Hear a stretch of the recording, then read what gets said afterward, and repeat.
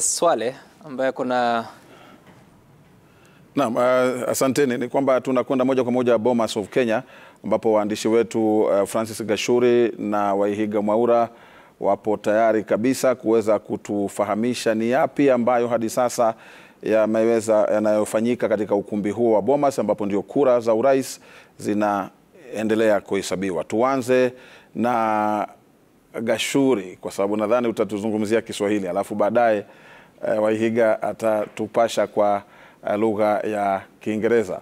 Gashuri. Naam, asante sana Rashid na kikosi kizima hapo studio. Sijui mbona hukuanza na Waihiga kwa sababu pia tumejaribu sana kumfunza Kiswahili Waihiga lakini pia najua hii ni nafasi nzuri sana kwangu. Nimetaka siku zote kumtesa Waihiga kwa kutumia Kiswahili na sasa nimepata nafasi hiyo hapa katika ukumbi wa Bomas na niko tayari kumtesa sana kwa kuzungumza naye Kiswahili hata kama anapenda English, lakini ili nisimtese sana, leo ni Jumapili na sio siku ya mateso sana. By the way, Waihiga, we've lost sense of time and count of time. Until somebody reminded me that today is Sunday, I had lost that. I don't know whether you've kept track of the days. I've actually twice on air declared the wrong days. Lakini nilikuwa nataka kwanza Gashuri kukuambia kwamba mwenye ungependa kutesa lazima akubali kuteswa. Na nimekataa hivi leo. Pia wahenga husema kwamba Roma haikujengwa kwa siku moja. Sasa si utanipea siku kadhaa ndio niendelee kujifahamisha na hii lugha. Fanya hivi Waihiga, tafuta Rashidi awe mkufunzi wako, personal tutor, kufunza Kiswahili. Lakini pia wakati huo nunua kamusi ama mwambie Faiza na Miswale na Jamila wakupatie moja kama zawadi. But be it as it may, yes, so far the process is moving quite rapidly. So far 182 constituencies have had their results declared by IEBC Chairman Wafula Chebukati in person or the commissioners who are working with him in this process. The verification process is continuing quite fast, unlike what you saw yesterday and the day before yesterday. So one can do some quick math and see from 291, and people are asking us why 291. It is 290 constituencies, what we call the single member constituencies, plus one constituency representing the diaspora community that voted in this election, but only voted for the presidential seat. So 291 forms 34B. So far 182 forms 34B have been verified, validated, and results from those constituencies announced. So quick math tells us we still have quite some distance to cover from 182 up to 291, tells you we have 100 plus to go. But one gets a sense, however, that the pace has picked up here.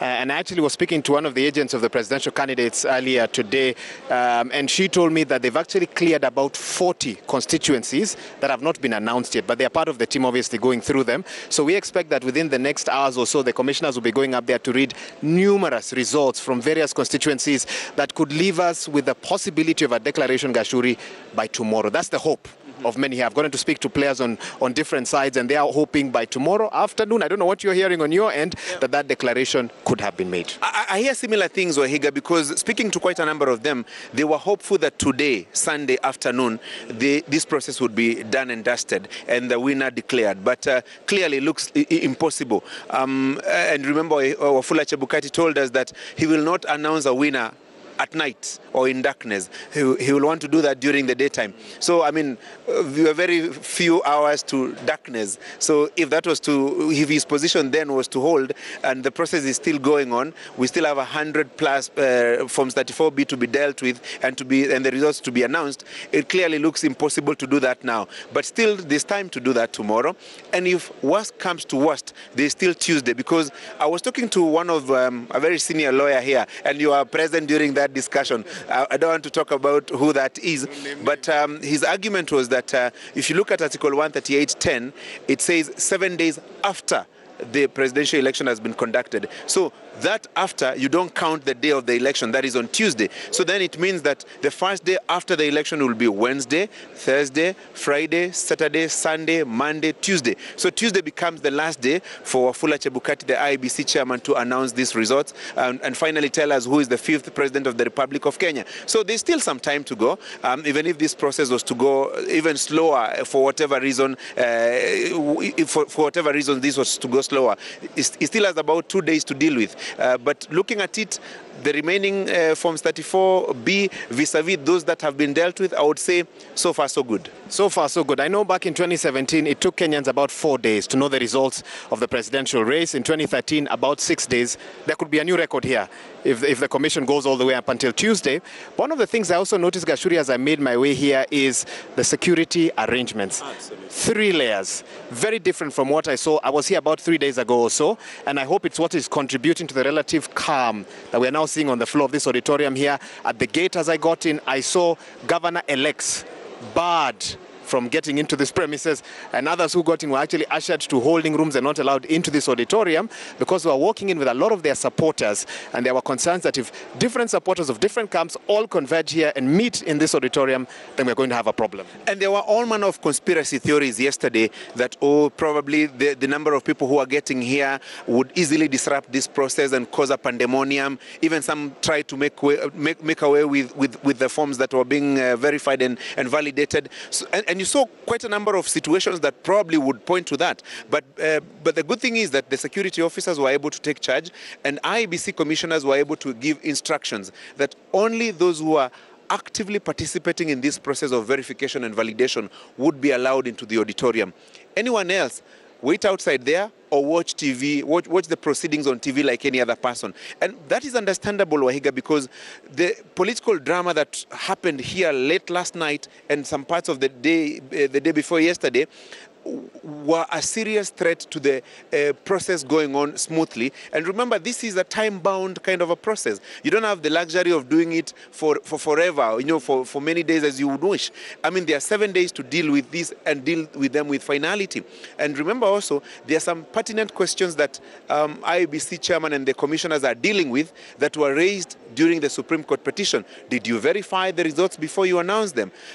How would you account for those results? So those questions are being answered on this auditorium, on the floor of this auditorium. So any political drama would slow down the process of answering those questions and would probably be one of the issues that would be cited if a petition was to be filed. So there's good sense in what the IEBC chairman and the team has done in ensuring that only those who have serious business here, business that is dealing directly with the verification and validation of the forms, are allowed here. Anyone else, stay away, allow the process to move on swiftly, because the presidential candidates have their agents here. They selected those agents to represent them in the process of verification and validation. Some of the politicians from across the political divide who are here, you would say they were not adding a lot of value to the process of verification and validation. Actually, you would argue that they were doing the contrary, because when these ones raised issues and these ones raised issues, the process here at the auditorium was stopping to allow the political drama to settle down so that the process can continue, which I think was working in reverse to what the expectations of Kenyans are. Because, I mean, speaking to quite a number of them, when you're here, and I also think you've done the same, Wahiga, guys are calling you, what's happening? Hii kitu itatangazwa siku gani? Unfortunately, mimi sina answer, and I don't know whether you have the answer, itatangazwa lini. I've told people it will be announced when Wafula Chebukati stands there and makes that announcement. I think that's the safest thing to say at this particular moment. Of course, some of the other things that we've noticed here, Gashuri, is I don't want to say the increasing presence of observers, but EU observers are here. We know a strong delegation from the African Union actually came in earlier this afternoon, led by the former president of Sierra Leone, Ernest Koroma as well. And I know they are in meetings now with the IEBC as well, playing a crucial role for an election that, and I've said this yesterday, that the whole world is watching. Absolutely. And look at the number of observers who are sent to come and just monitor this process, and you'd understand how critical Kenya is in the region and beyond the region.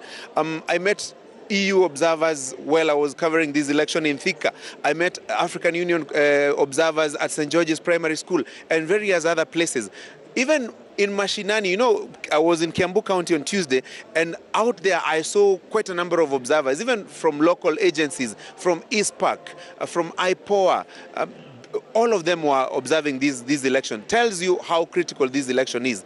And being a transitional election, we are moving from from a president who is serving his second and final term to a new president. You can understand the intricacies that are around it and the competition for the top seater. And so the sensitivities around it, even based on how we saw the intense campaigns being conducted, and more so, look at the numbers that are coming from various places. It's a very, very close race. So it has to be dealt with very, very closely, and the process of midwifing, the process of another new government, a new dispensation, must be done in such a delicate manner, because anything wrong could have ramifications that are not very useful for our country. And that probably would explain the number of observers that you see making their way here, because of the sensitivity of this election and the crucial place and the critical place that Kenya holds regionally and internationally. I was actually looking for the numbers that IEBC chairperson Wafula Chebukati gave us on the eve of the election. 120,731 foreign and domestic observers had been accredited by the IEBC to oversee this process across the country, together with 4,850 journalists. I'm grateful not all of them are here, otherwise we wouldn't be able to make sense of what's happening here today. But one of the things, Gashuri, that takes me back to 2017, I was here just after polling stations had closed that was the 8th of August, August 2017, and results started streaming in on the screens behind us. And immediately you could see agents of various candidates trying to reach IEBC officials to ask them, where are those results coming from? What is the basis of this? And some even stormed out in a huff. A markedly different scene from what we are seeing right now. And I know many Kenyans have complained. We want to see those numbers. We want to know what's going on. But you then see an IEBC that is more careful, more cautious, more calculating in how they handle this process, bearing in mind that decision by the Supreme Court back in 2017. The Supreme Court decision of 2017 was extremely hard for IEBC. Actually, IEBC got a heavy stick from the judges of the Supreme Court. If you read the full judgment, you would see how the judges were ruthless in pointing out the irregularities and the illegalities that were committed during that election. You could tell, even from the proceedings, how the IEBC lawyers had a tough time responding to some of the questions that were being raised by the judges. I still remember one pertinent question that was raised on the discrepancies between the presidential vote numbers and the numbers for other candidates. And I remember the judges asking the lawyers, so are you saying some guys walked into a polling station, were given only one ballot paper for the presidential election, cast it and disappeared? So what happened to the other 5 ballot papers? And I saw, kwa Kiswahili Rashid atakwambia walikuwa wanatafuna ulimi. They had a struggle answering that question. Then the second question was, did you verify those results or did you just announce them? Even you look around here, there are various screens, but you will not see the screen as any tallies, any total tallies. All they are doing is the results that are being announced and declared at the podium. Those are the results that you see being streamed there.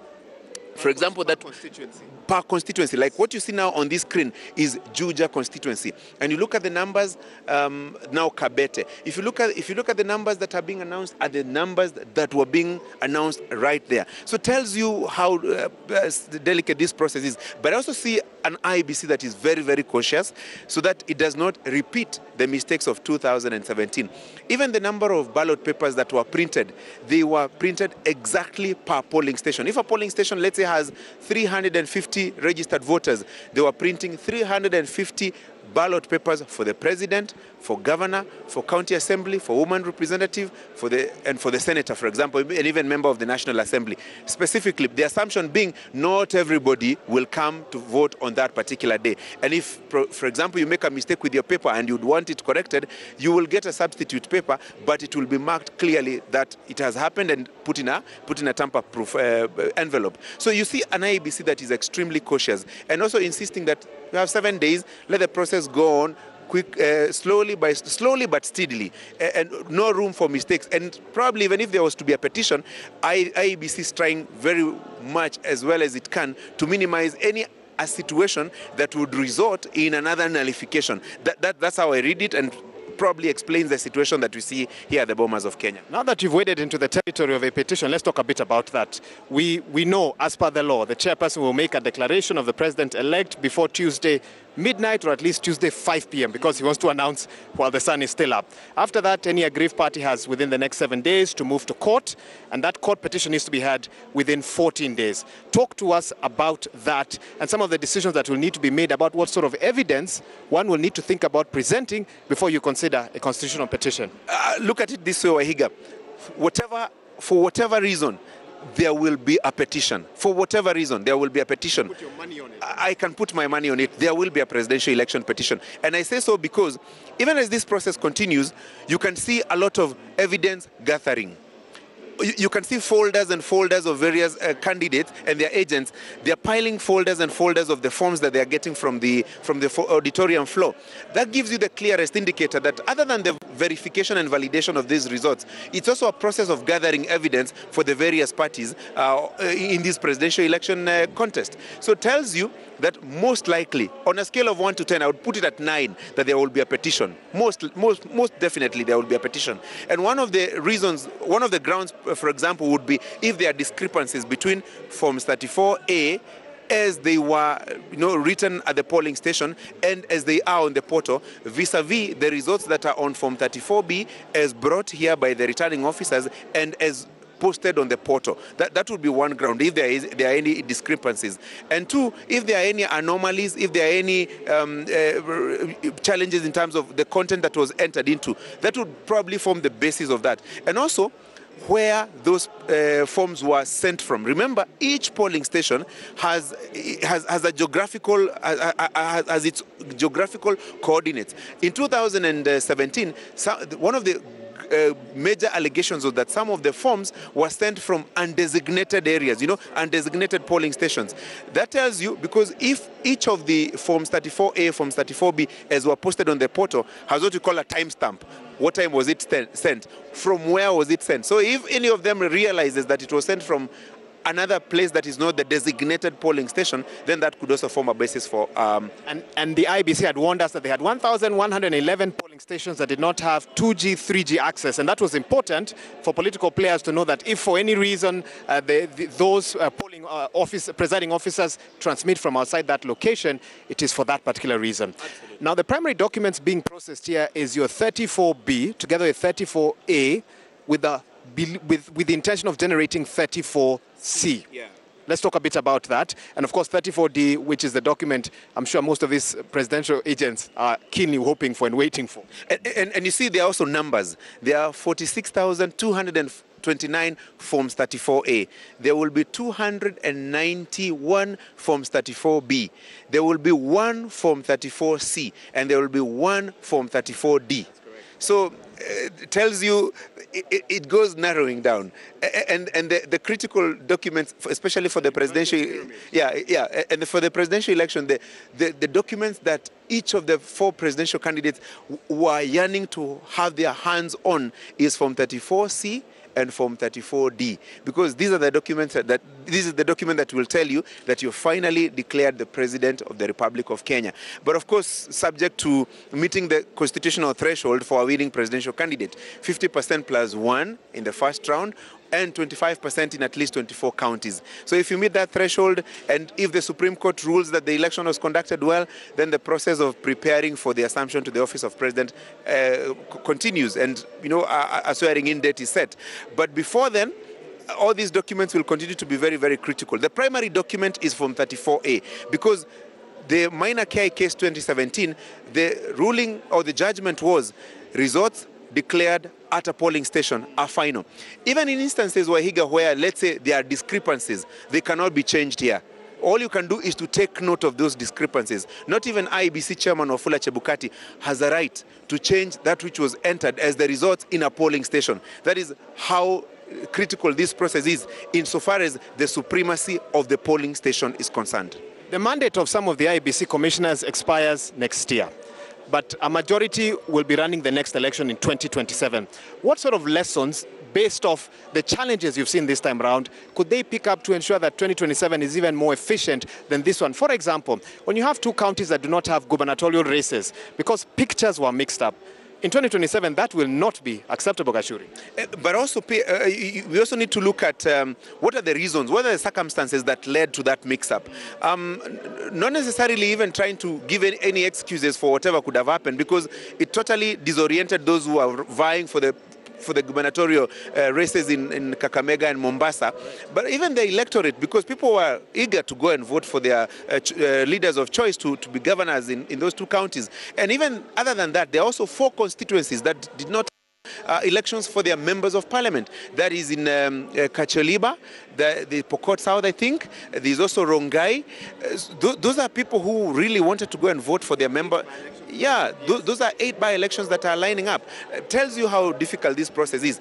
But also, the many injunctions and court cases just before the election. You know, who is eligible to vie, who is not eligible to vie, and so on and so forth. Maybe there needs to be better handling of that process, such that there is a limit up to when, let's say, a petition that has been filed questioning the candidature of one person or the other can be dealt with, so that IEBC has ample time to prepare for all that. And if there is any anomaly, if there is any mistake that is made, then that mistake can be arrested and addressed in good time. You can imagine what happened to the candidates who are vying for governor seats in Mombasa and Kakamega.